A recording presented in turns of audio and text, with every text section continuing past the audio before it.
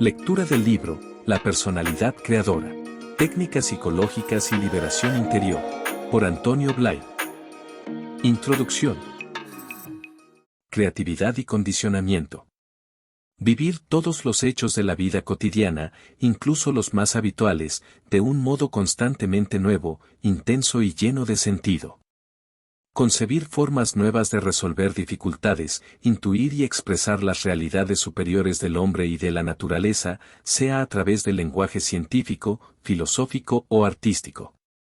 He aquí dos formas bien distintas de una misma cualidad fundamental, la creatividad. Pero de estas dos formas de creatividad, la que aquí nos interesa de un modo especial es la primera, la de vivir diario, la que está al alcance de todos y cada uno de nosotros, puesto que no requiere ningún don ni ninguna calificación o aptitud extraordinaria, sino que exige tan solo la utilización efectiva de lo que cada uno de nosotros ya posee, la vida, la inteligencia, la energía, la conciencia, el amor, la voluntad. El ser humano, en efecto, es naturalmente creador, del mismo modo que lo es en grado sumo la vida de la cual él es una elevada expresión. La creatividad, pues, no la hemos de ver exclusivamente en aquellos grandes artistas cuyas obras admira la humanidad a través de los siglos, ni tampoco en esos hombres geniales en el terreno de los descubrimientos científicos, de las realizaciones tecnológicas o de las innovaciones comerciales. La capacidad creadora se manifiesta en toda acción que el hombre ejecuta con la plenitud de todo su ser, con la sinceridad, espontaneidad y totalidad de un alma despierta y sencilla. La creación se produce entonces de un modo tan natural como la salida y la puesta del sol, de un modo espontáneo como el movimiento de las ramas a impulsos del viento. Las acciones todas de quien es capaz de actuar así y todas sus palabras respiran una especial grandeza, un frescor y una fuerza, exponentes del proceso de constante renovación de energías vivas que se está produciendo en cada instante en su interior. ¿Cuál es, si no, el secreto que encierra la sonrisa de un niño o la ilusión de una adolescente enamorada? ¿No es, acaso, el hecho de que ambos viven más cerca de la fuente viva de su ser y expresan de un modo directo, espontáneo, natural, sin interferencias, desviaciones ni bloqueos de clase alguna las fuerzas creadoras que están impulsando su personalidad? De la misma manera, toda persona que pueda vivir conscientemente sintonizada, armonizada e integrada con las energías primordiales que animan su personalidad, manifestará, lo mismo en los actos más sencillos de su vida diaria que en la solución de los problemas de toda clase que se presenten en su existir, la misma grandeza, la misma fuerza avasalladora, la misma delicadeza y la misma inteligencia creadora de la propia vida que le hace vivir. Pero lo que el hombre es de un modo natural puede quedar frustrado de un modo artificial. Múltiples factores vienen a interponerse de hecho entre su impulso y su acción, creando un velo de confusión en su mente, dando lugar a toda una serie de problemas, angustias y limitaciones que ahogan su espíritu creador, toda espontaneidad y toda libertad. Factores que encierran artificiosamente la mente humana dentro de minúsculos círculos cerrados en los que solo impera el hábito, la rutina y el más absoluto automatismo. El hombre padece, se queja, se rebela, protesta y busca frenéticamente una solución que le permita recuperar su sensación interna de libertad y alcanzar un estado de auténtica plenitud. Pero mientras busque el remedio dentro del mismo círculo en el que está encerrado y utilizando las mismas ideas y actitudes que le son habituales, es evidente que no podrá adelantar ni un solo paso hacia su efectiva liberación. Para muchas personas, en cambio, ni siquiera se plantea el problema, puesto que no se dan cuenta de la existencia de ningún problema interno básico. Creen de buena fe que el único problema a resolver es el que se refiere a sus condiciones externas de vida, conseguir mayor categoría profesional, obtener más dinero, más comodidad, mayor prestigio, etc. Evidentemente para tales personas, mientras no sientan la presencia de una inquietud interior, ni de una viva protesta por su estado de limitación interna, no existe la menor posibilidad de transformación. Pero para todos aquellos que, en mayor o menor grado, son conscientes del problema y que no se conforman con las artificiales filosofías y teorías justificativas más o menos sutiles, emitidas por otros que tampoco han logrado salir del círculo, existe la posibilidad de iniciar un trabajo serio de crecimiento mental y, a través de él, de reestructuración y consolidación de una nueva personalidad. Este es el tema que nos ocupará principalmente en las páginas de este libro, el estudio de los condicionamientos naturales y artificiales y el modo de neutralizar estos últimos. El resultado de esta neutralización será la personalidad creadora. Por este motivo no ha de extrañar a nadie que en el transcurso de todo el apenas mencionemos de un modo explícito y directo el tema de la creatividad. Esta creatividad de la que estamos hablando no se aprende, es el resultado natural de encontrarse a sí mismo, es la consecuencia inmediata de vivir con madurez de conciencia y hasta el fondo todas las experiencias que la vida nos depara, sin bloqueos, mentiras ni distorsiones. Es el resultado de limpiarnos y desprendernos en nuestra mente de todo cuanto es extraño a nuestra verdadera naturaleza. El camino que conduce a la libertad interior es un camino de simplificación mental. Pero es una simplificación que implica a la vez profundización y amplificación.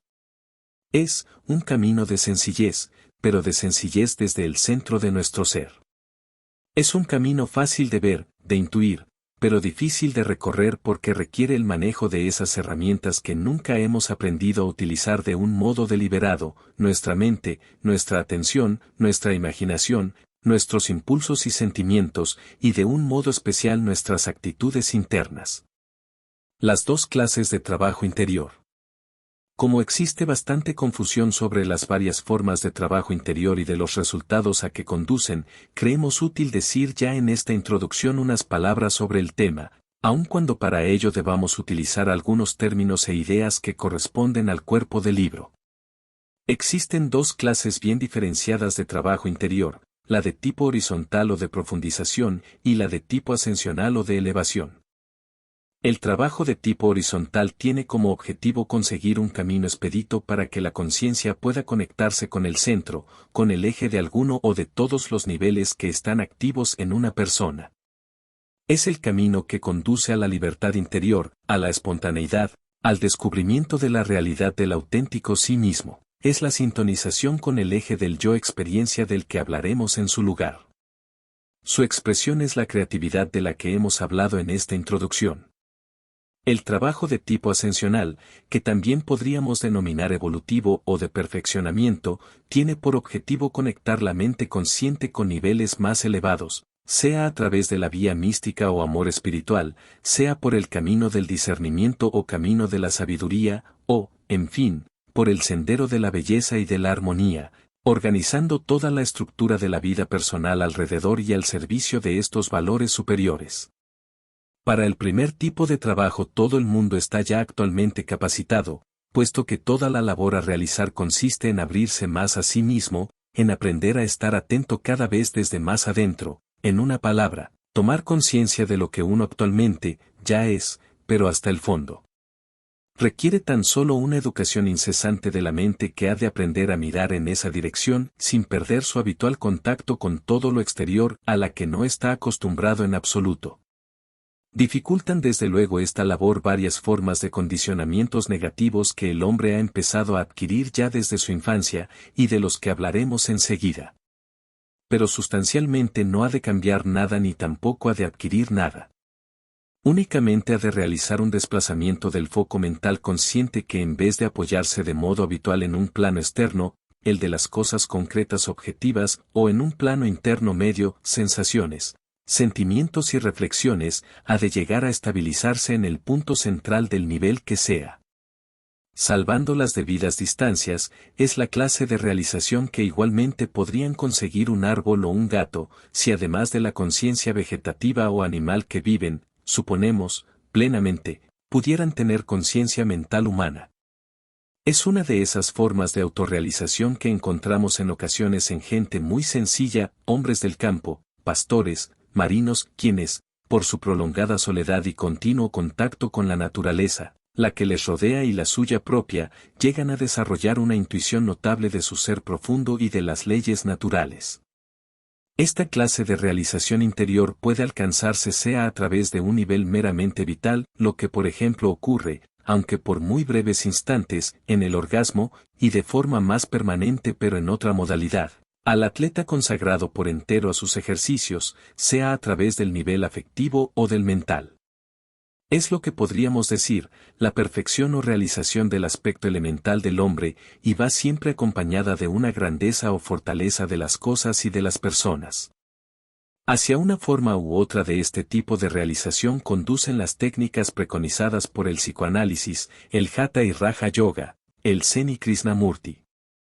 Evidentemente, depende también de la calidad intrínseca de la persona que practica tales técnicas, el que esta realización horizontal tenga lugar en un nivel o en otro, y hasta el que, paralelamente a esta profundización en el caso de que la persona ya estuviera trabajando en un sentido espiritual, se produzca también eventualmente una fuerte resonancia espiritual. Pero no hay que confundir esta realización de profundidad con la verdadera realización espiritual. Esta última requiere, como ya hemos dicho, que haya una afectiva toma de contacto y una integración mental con niveles superiores al de la mente concreta.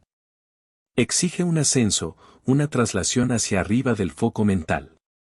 Y como los valores de los niveles superiores difieren de los propios de los niveles elementales, este ascenso y nueva estabilización de la mente produce la necesidad de transformar cualitativamente la escala de valores vigente hasta entonces y, consecuentemente, un cambio radical en el estilo de vida. Como es lógico, no existe contraposición entre las dos clases de trabajo interior. Antes, al contrario, ambas se complementan de un modo perfecto, puesto que se corresponden con la apertura total de la mente. Hacia adentro y hacia arriba son, en efecto, las dos dimensiones que faltan a nuestra mente, que ha vivido hasta ahora prácticamente hipnotizada mirando tan solo hacia afuera y abajo.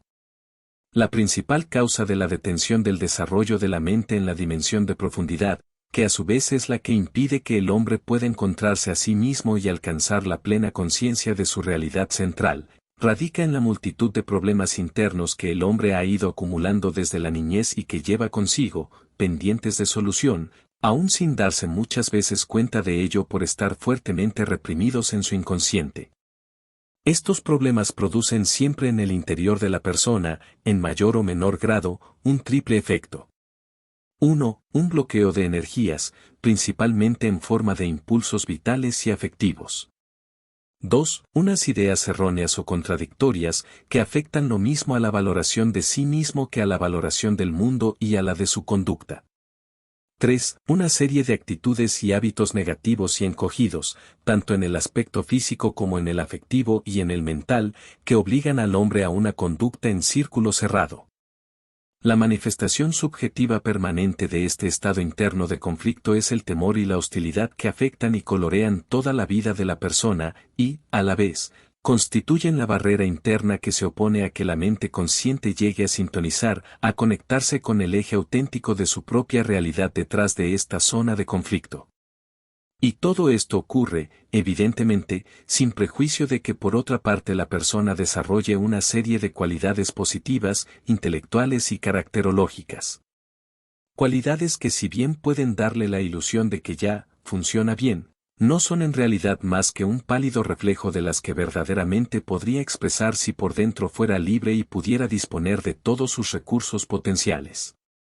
La principal causa de la falta de desarrollo del hombre en su dimensión superior o espiritual es su excesiva y casi total identificación con los niveles elementales de la personalidad, esto es, con el cuerpo y sus necesidades, con sus estados emocionales y con sus ideas concretas. La permanente y exclusiva atención a estos niveles impide que la mente consciente sea receptiva con suficiente intensidad a los valores y realidades trascendentes que, en un grado u otro, todos podemos sintonizar, cultivar y expresar. Pero como que, a pesar de todo, estos niveles superiores de algún modo hacen sentir su presencia en forma de aspiraciones o de exigencias de algo absoluto y definitivo, el hombre se encuentra aprisionado en un mundo y en un estilo de vida que descubre como vacíos y que le llenan de desengaños, de hastío y de desesperanza, pero de los que, por otra parte, no sabe cómo ni acaba de decidirse a trascender. Su vida espiritual, cuando realmente existe, se desenvuelve por lo general, tanto en el aspecto religioso como en el filosófico y en el estético, de un modo excesivamente formal e intelectualista que de ninguna manera pueda satisfacer su verdadera necesidad de vida espiritual. La evolución espiritual del hombre obedece a unas leyes y se sirve de unos mecanismos tan precisos y tan concretos como puedan serlo en otro nivel los de su desarrollo fisiológico. De estas leyes y de estos mecanismos no tenemos todavía más que unos conocimientos rudimentarios. Pero por parciales y limitados que sean, constituyen un precioso punto de partida para emprender un trabajo serio, sistemático y con espíritu científico que vendrá a complementar útilmente cuanto se viene haciendo hasta ahora en nuestras latitudes a este respecto y que se apoya casi exclusivamente en un criterio moral y tradicional. De ambas formas de trabajo interior hablaremos con cierta extensión en el presente libro, si bien daremos preferencia y prioridad a la primera, como ya hemos dicho, y estamos seguros de que, para la mayoría de las personas interesadas en estos problemas, algunos aspectos tanto de la teoría como de la práctica serán de gran utilidad. Con lo que hemos dicho en esta introducción queda expuesto el esquema que nos servirá de base para desarrollar las ideas y las técnicas de trabajo en el presente libro. Nos falta decir, tan solo, que con el fin de satisfacer también las necesidades más concretas e inmediatas de muchas personas, hemos complementado la materia del libro con capítulos dedicados a temas de orden tan práctico como la relación interpersonal, técnicas de tranquilización, el desarrollo y organización de la mente, y otros similares. En los primeros 12 capítulos expondremos la estructura y el funcionamiento de la personalidad, haciendo especial hincapié en el estudio de aquellos factores que condicionan de un modo artificial su desarrollo y dando paulatinamente las técnicas correspondientes para su neutralización. En los capítulos restantes daremos normas particulares para la aplicación de lo estudiado previamente a determinadas esferas de nuestro existir diario y sobre el desarrollo de nuestras facultades superiores. Capítulo 1. La personalidad, concepto y estructura. Unidad y multiplicidad de la personalidad. El ser humano es una unidad compleja integrada por un conjunto de estructuras, cada una de las cuales tiene por función recibir, elaborar y exteriorizar determinados órdenes de realidades. Al conjunto de estas estructuras y de sus funciones se le denomina personalidad. Aunque cada estructura, como veremos enseguida, tiene unas funciones específicas, existe entre todas ellas una constante interrelación gracias a la cual se mantiene la unidad de conjunto. Esta función integradora de las diversas estructuras o niveles de la personalidad corre a cargo de la mente en sus diversos planos de profundidad.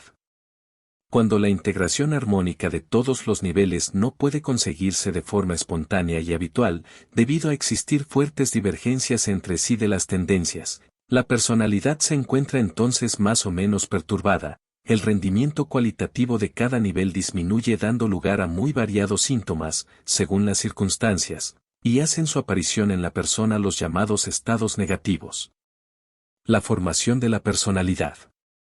La personalidad es la resultante de la continua interacción de los siguientes factores. 1. Herencia biológica. Concretizada principalmente en la constitución física, de la que se derivan las tendencias temperamentales, y en los impulsos o necesidades biológicas. 2. Ambiente. Constituido por el conjunto de personas, cosas, instituciones, situaciones y valores que ejercen una influencia, activa o pasiva, en la formación o desarrollo del individuo. 3. Nivel de conciencia o madurez psicológica, gracias a la cual el individuo es capaz de seleccionar entre los múltiples estímulos internos y externos que constantemente actúan en él, aquellos que están más en consonancia con los valores aceptados conscientemente.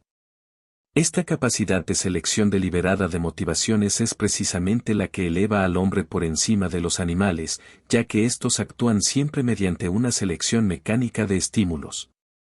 En esta facultad de conocer reflexivamente y de poder elegir, aun dentro de un círculo limitado, reside la libertad del hombre y la posibilidad de su autoperfeccionamiento.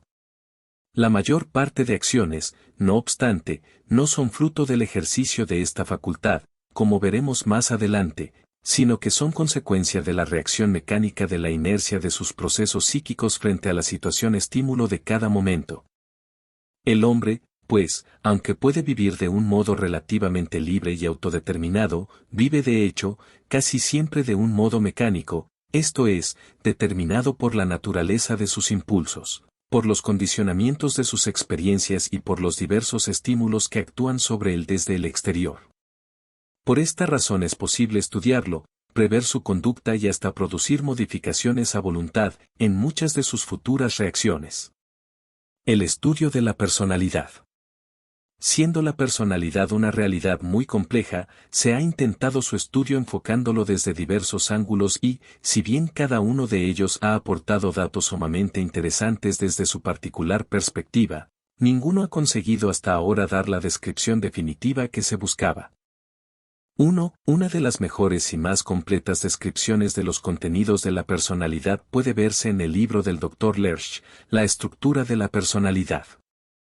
Nosotros, lejos de abrigar la pretensión de ser completos, nos limitaremos aquí a dar unas ideas esquemáticas que nos permitirán tener una visión de conjunto de los principales componentes y dinamismos de la personalidad, y que serán más que suficientes para el objetivo que nos interesa en el presente libro.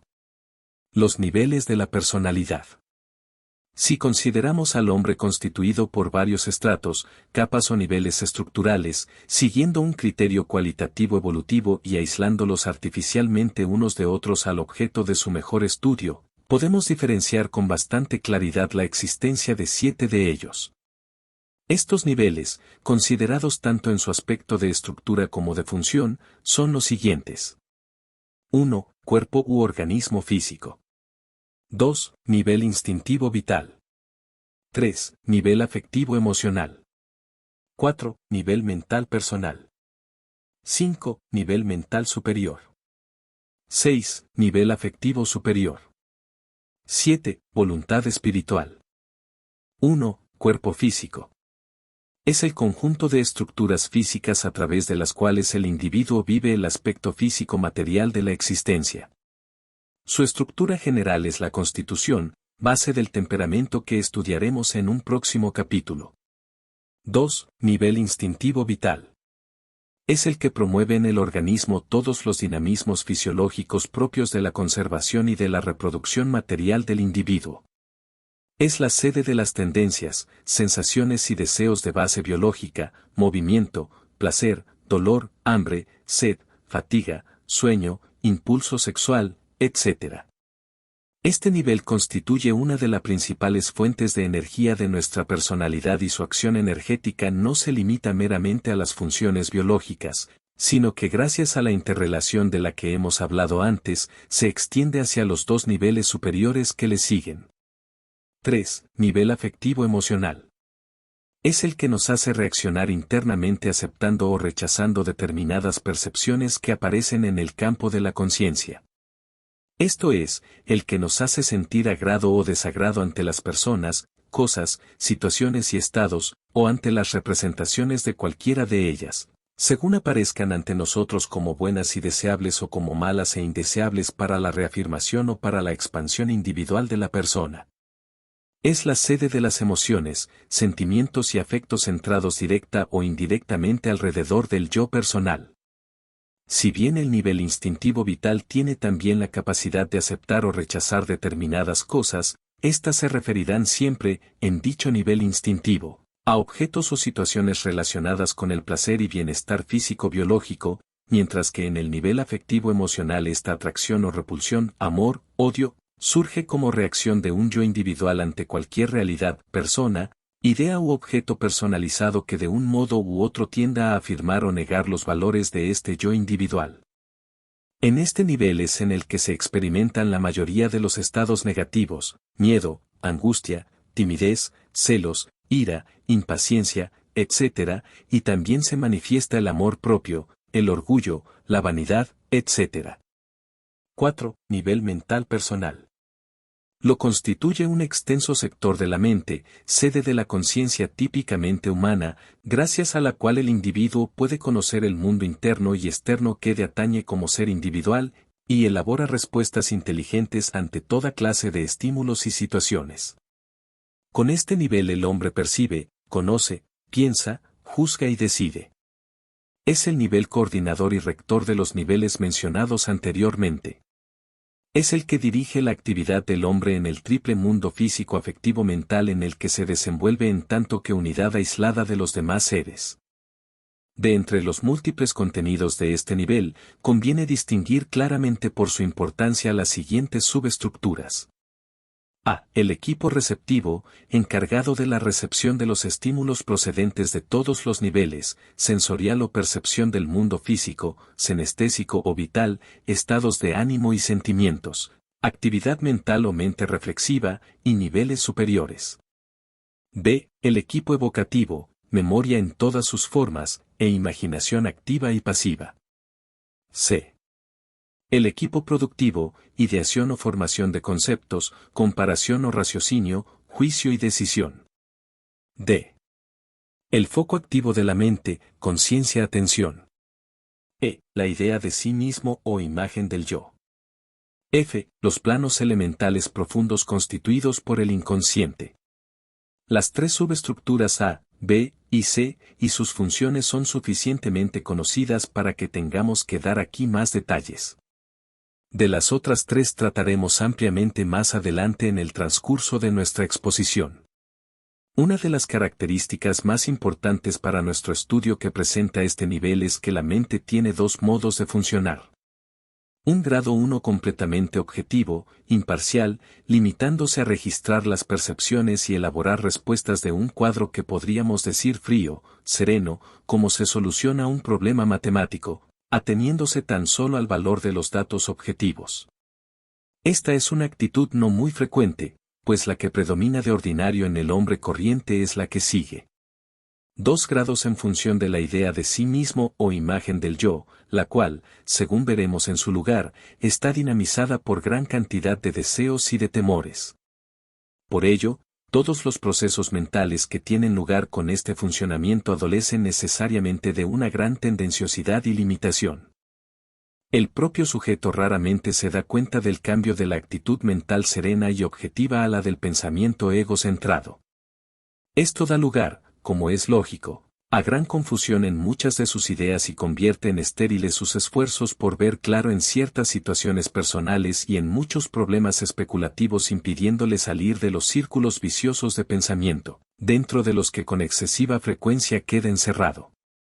En resumen, este nivel mental puede actuar tanto de un modo auténticamente objetivo, percibiendo y elaborando intelectualmente los datos registrados sin la menor participación tendenciosa en el juicio de sus niveles vegetativo y emocional, como también puede hacerlo, y así ocurre casi habitualmente, con la interferencia de dichos niveles subjetivos de un modo más o menos consciente, con lo cual todo el proceso intelectivo adopta una forma tendenciosa puesto que queda centrado alrededor de determinadas motivaciones e intereses personales del yo individual. 5. Nivel mental superior. A partir de este nivel entramos ya en las regiones más elevadas del ser humano.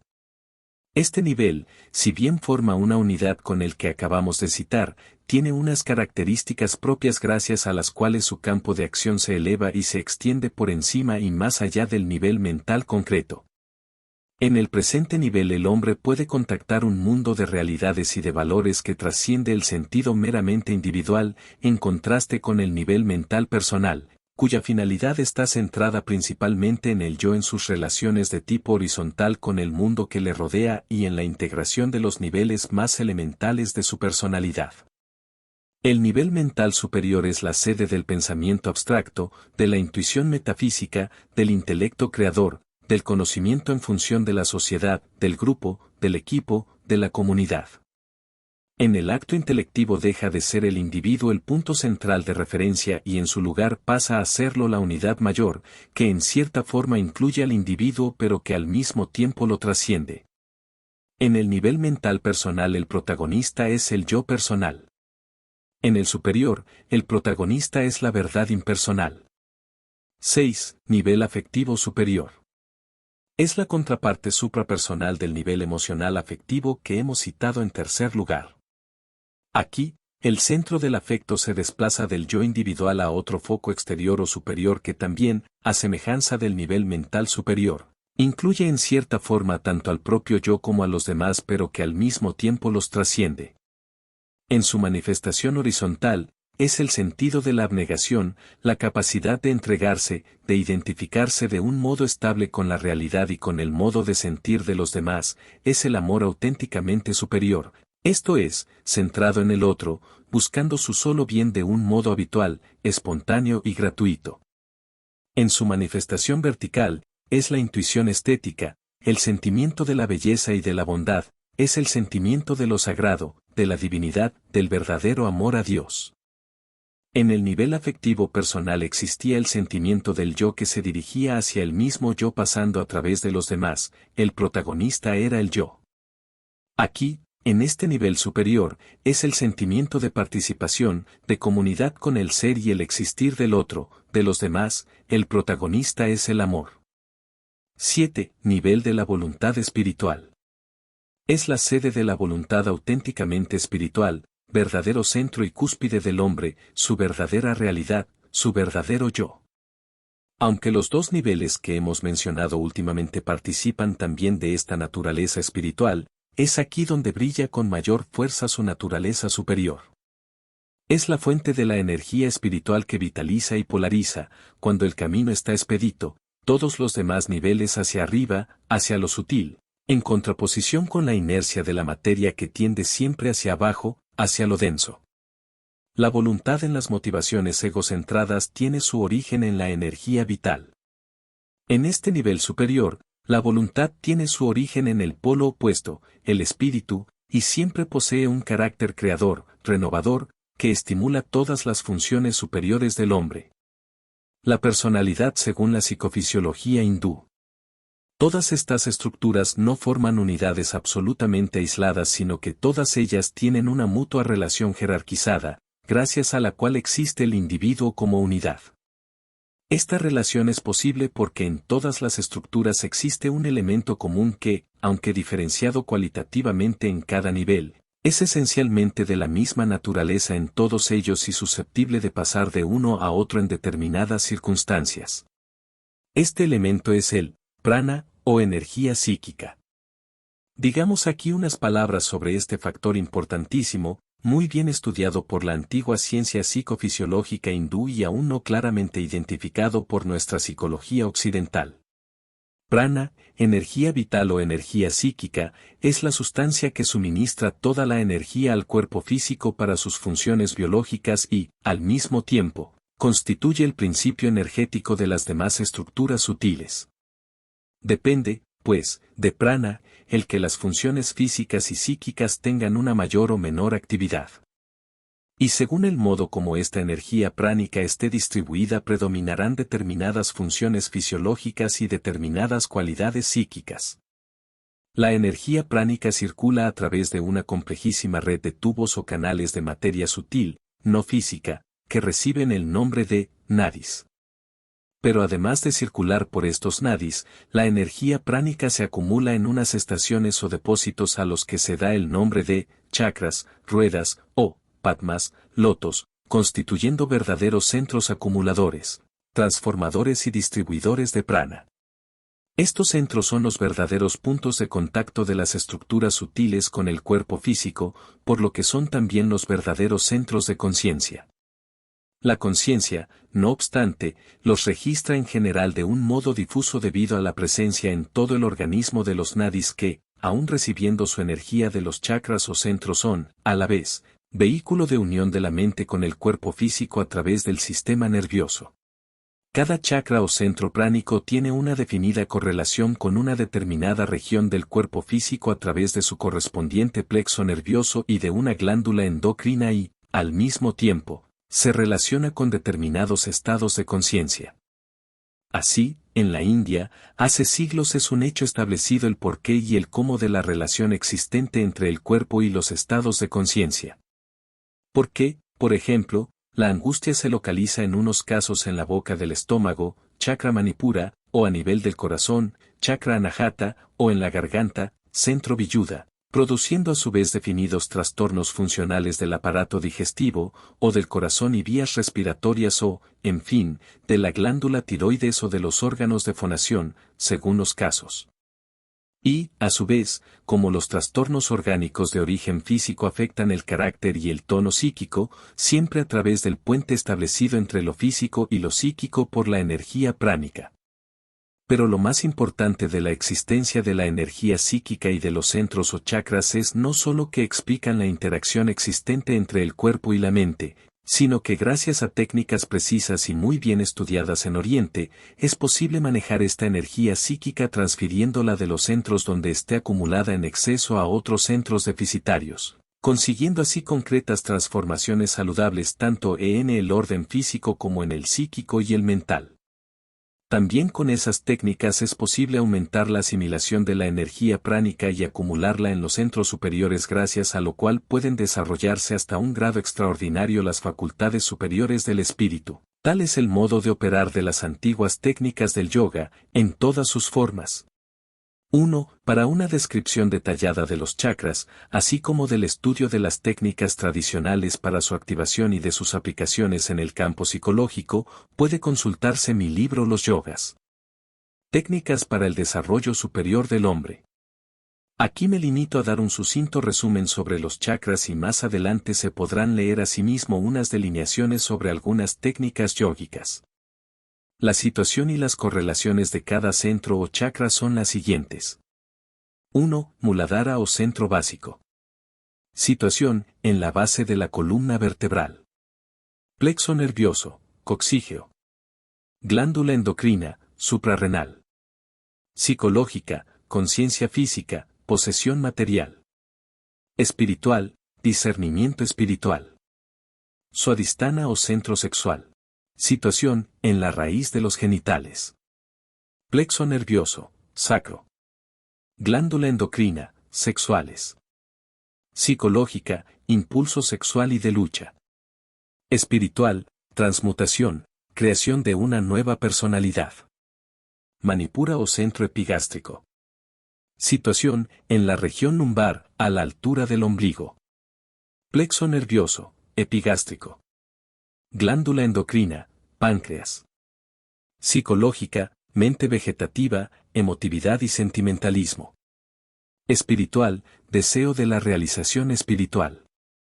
Anahata o centro pectoral.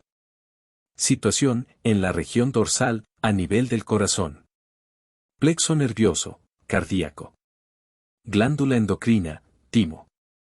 Psicológica, autoconciencia vital, vida afectiva. Espiritual, amor universal. Villuda o centro laríngeo.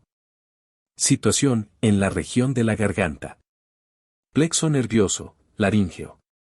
Glándula endocrina, tiroides. Psicológica, expresión psicológica. Espiritual, inspiración y expresión creadora. Ajna o centro frontal. Situación, en el entrecejo. Plexo nervioso, cavernoso. Glándula endocrina, hipófisis. Psicológica, integración de la persona, vida intelectual. Espiritual, autoconciencia integral. Sahasrara o centro superior o coronario. Situación, en la cúspide de la cabeza, región supero-posterior. Plexo nervioso, se ignora. Glándula endocrina, pineal. Psicológica, energía espiritual, voluntad. Espiritual, realización espiritual. Cada uno de estos centros constituye un eje horizontal de conciencia. En los centros enumerados del 2 al 6 pueden distinguirse, además, 3 zonas o áreas bien distintas, que son a. Zona externa, superficial o periférica. b. Zona media o de resonancia. c. Zona profunda, axial o central. Cuando la energía pránica vitaliza tan solo o de un modo preferente la zona externa de un centro, la persona percibe tan solo las cosas externas y materiales que se refieren a aquel centro, vive las formas concretas de un modo exclusivo y tiende a identificarse con ellas. Cuando la energía vitaliza con mayor intensidad la zona media, el sujeto vive como más reales las resonancias subjetivas propias del nivel, sensaciones, emociones, sentimientos, reflexiones. Y, por último, cuando la persona puede conectar su mente con la zona profunda o central, entonces lo que vive como mayor realidad es la noción de potentísima energía impersonal, también con un matiz diferente según en el nivel donde esta conexión ocurra. Así, el orgasmo sexual tiene una calidad bien diferente del éxtasis místico, a pesar de tener en común las características de impersonalidad y de conciencia de una potente energía como suprema realidad. De todo cuanto llevamos dicho sobre los centros y la energía psíquica o pránica, se deduce que toda alteración funcional de tipo físico o psicológico se corresponde siempre con una alteración en la distribución de prana y con el defectuoso funcionamiento, sea por exceso o por defecto, de uno o varios de los centros. Y que normalizando, en cantidad y distribución, la circulación de la energía psíquica mediante técnicas adecuadas, es perfectamente posible recuperarse de aquellos trastornos funcionales y modificar de un modo radical los estados de conciencia en el sentido deseado. Cada uno de estos centros guarda asimismo una relación preferente con cada una de las estructuras o niveles constituyentes del ser humano. Véanse de un modo esquemático, ¿cuáles son estas relaciones? 1. Cuerpo físico, centro Muladhara. 2. Nivel instintivo vital, Swadhisthana, Manipura, en sus zonas profundas y, parcialmente, las zonas medias. 3. Nivel afectivo emocional, Swadhisthana, Manipura y Anahata, en sus zonas medias y superficiales. 4. Nivel mental personal, Viyuddha y Ajna, en sus zonas medias profundas. 5. Nivel mental superior, Viyuddha y Ajna, en sus zonas medias y superficiales. 6. Nivel afectivo superior, Anahata, en su zona profunda, y Sahasrara. 7. Nivel volitivo espiritual, Sahasrara. El predominio de la actividad de un centro determinado dará una personalidad en la que predominará la cualidad correspondiente a ese centro. Por ejemplo, si el Ajna, será una persona de predominio mental, si el Swadhisthana, una persona muy sexual, si el Manipura, una persona sentimental y comodona, etc. Pero si en este último caso, por ejemplo, conseguimos transferir energía del centro Manipura al centro Ajna, la persona se transformará sin darse cuenta en más reflexiva, serena y juiciosa. Asimismo, si el individuo de tipo mental consigue profundizar en el mismo aspecto mental pero en su zona más profunda, automáticamente se modificará su alcance intelectual e intuitivo de modo que llegará a ver de un modo evidente lo que antes apenas sí podía vislumbrar. Y así en cada uno de los planos y niveles. Otras observaciones sobre los niveles. Los 4 primeros niveles son los que están desarrollados o más activos en el hombre medio, en el hombre corriente. El hombre superior se caracteriza, en cambio, por la fuerte actividad de uno o varios de los niveles superiores. Pero, no obstante, si éste no posee paralelamente un buen desarrollo de los niveles inferiores, su superioridad será puramente cualitativa y tendrá dificultad en materializar, en expresar en el mundo concreto sus contenidos superiores. Como ya hemos dicho, los niveles no constituyen unidades absolutamente aisladas, sino que todos ellos conservan entre sí múltiples relaciones y, en conjunto, forman una unidad jerarquizada. Se observa, sin embargo, que en cada persona existe un predominio más o menos destacado de uno o varios de estos niveles, lo que, juntamente con la formación cultural y educacional que haya recibido de su ambiente, formarán las bases características de su personalidad. Así, si predomina el nivel instintivo vital, la persona estará dotada de mucho vigor y energía, le gustará todo cuanto implique actividad, esfuerzo físico y competición. En el conjunto de la personalidad, este nivel aporta la capacidad de lucha por la realización o materialización de los deseos y necesidades, además, dinamiza los niveles 3 y 4, prestándoles fuerza y capacidad de irradiación.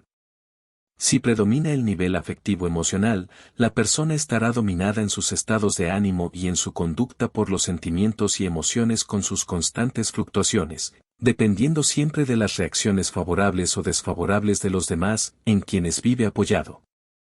Pero si la persona ha cultivado su personalidad de modo que haya eliminado los sentimientos negativos y haya estabilizado los positivos gracias a un buen desarrollo de la mente, entonces estará capacitada para vivir el aspecto bueno y agradable de las personas y de las situaciones, será una persona muy humana, con fácil contacto social y buena capacidad de comprensión de los demás. El nivel mental personal caracterizará a la persona por un predominio intelectual que le conducirá a buscar en todas las cosas su, como, y su ¿por qué? Pero si no va acompañado por un desarrollo del nivel afectivo anteriormente citado, la persona puede convertirse en demasiado fría y cerebral, alejada de las dimensiones más vivas e íntimas del ser humano.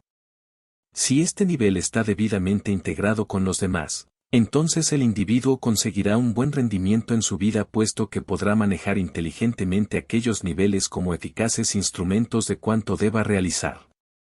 El nivel mental superior permite al hombre convertirse en un verdadero investigador y creador en el terreno particular de conocimientos que, por sus circunstancias personales, se haya dedicado a estudiar. Lo mismo puede destacar en el terreno de la técnica, de la industria o de una actividad comercial, como puede hacerlo en el campo de la investigación científica o de la especulación filosófica. Las características de su trabajo serán en todo caso el aporte de algo nuevo y la concepción amplia que trasciende en mucho la mera utilidad individual de lo elaborado. Como ya hemos dicho, este nivel ha de valerse de su inmediato inferior, el mental personal, para poder expresar en el mundo concreto de las demás personas las verdades o posibilidades que intuye. Dependerá, pues, de la buena o mala formación adquirida por la mente concreta el que estas concepciones e intuiciones lleguen a materializarse o tengan que permanecer en el mundo de las ideas y de las posibilidades. El nivel afectivo superior nos dará el verdadero artista que transmitirá al mundo sus intuiciones estéticas, o al hombre profundamente religioso entregado a la vida contemplativa o quizás a la persona abnegada que se consagra en cuerpo y alma a una labor en bien del prójimo. También este nivel depende para expresarse en el mundo concreto material, del equipo de los 4 niveles elementales. Y finalmente, si existe una fuerte manifestación del nivel de la voluntad espiritual tendremos al hombre realmente superior, dotado de una energía excepcional, y no precisamente de tipo biológico, cuya genuina espiritualidad podrá manifestarse de los más diversos modos según sea el desarrollo que tengan los demás niveles, que le servirán de instrumentos de expresión. Cuando hablamos de niveles personales y niveles suprapersonales, estas expresiones han de entenderse en el sentido de que sus funciones tienen por objeto realidades limitadas a necesidades del individuo en tanto que tal, o bien realidades que están por encima de las diferenciaciones de tipo personal.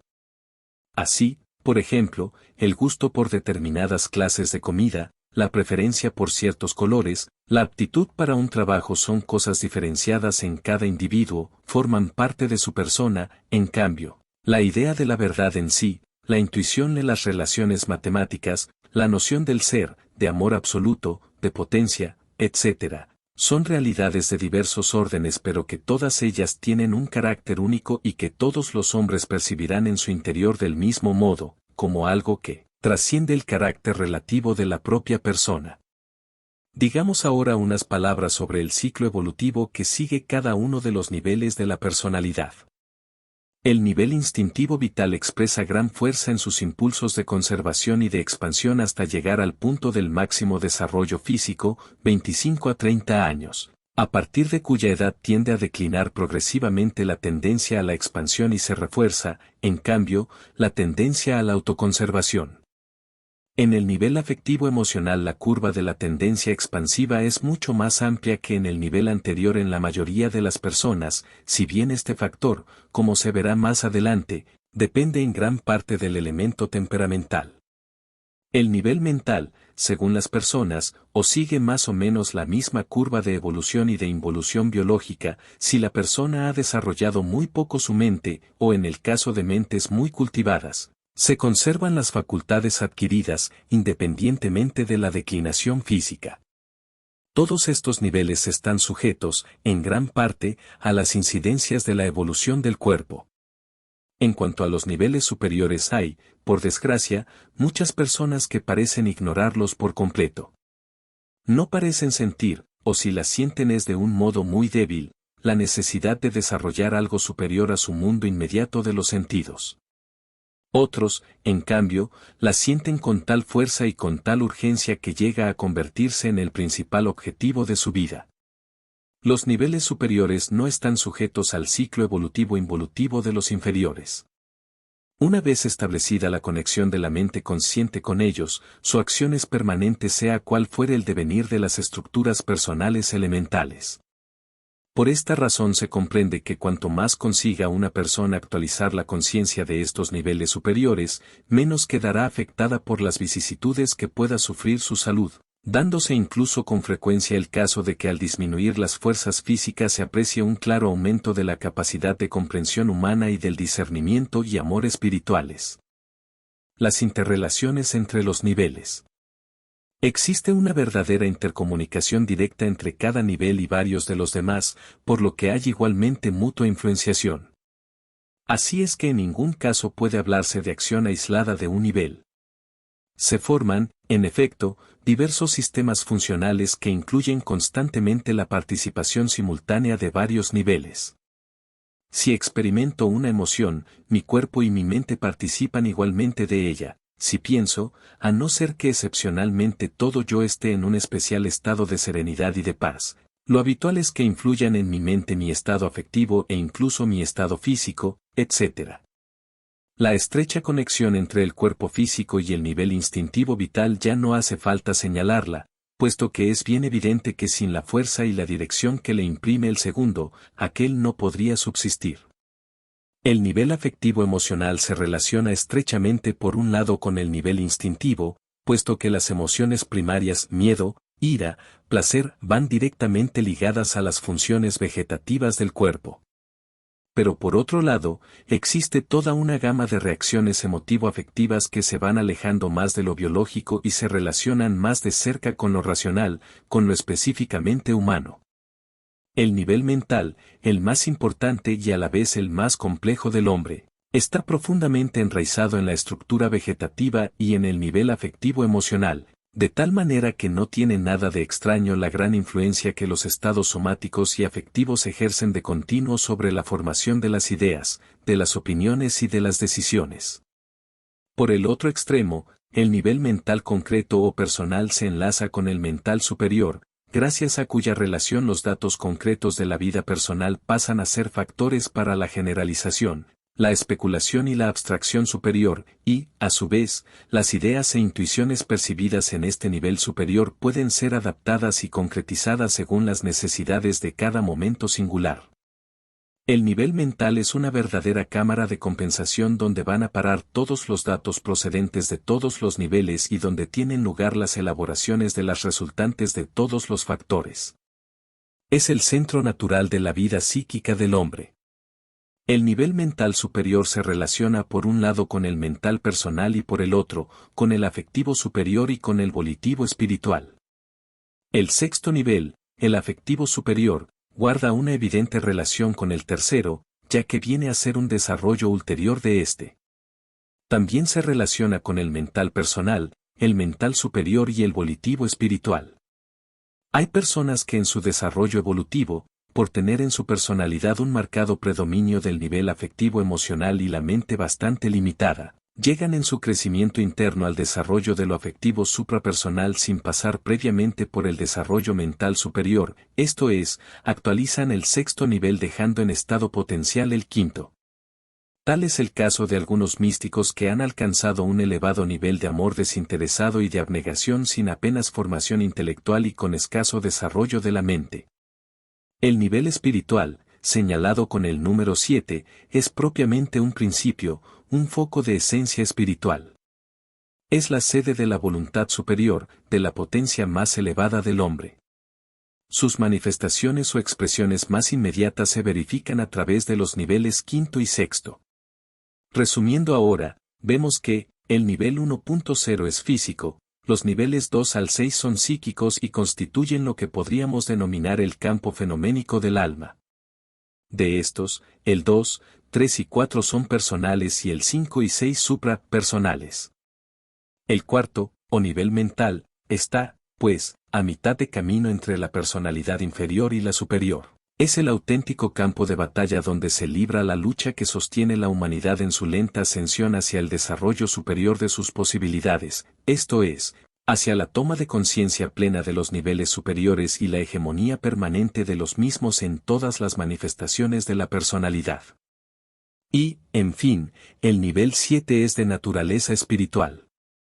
Los niveles 1 y 7 constituyen los dos polos opuestos y complementarios, materia y espíritu, entre los que se desarrolla toda la gama de fenómenos de la conciencia.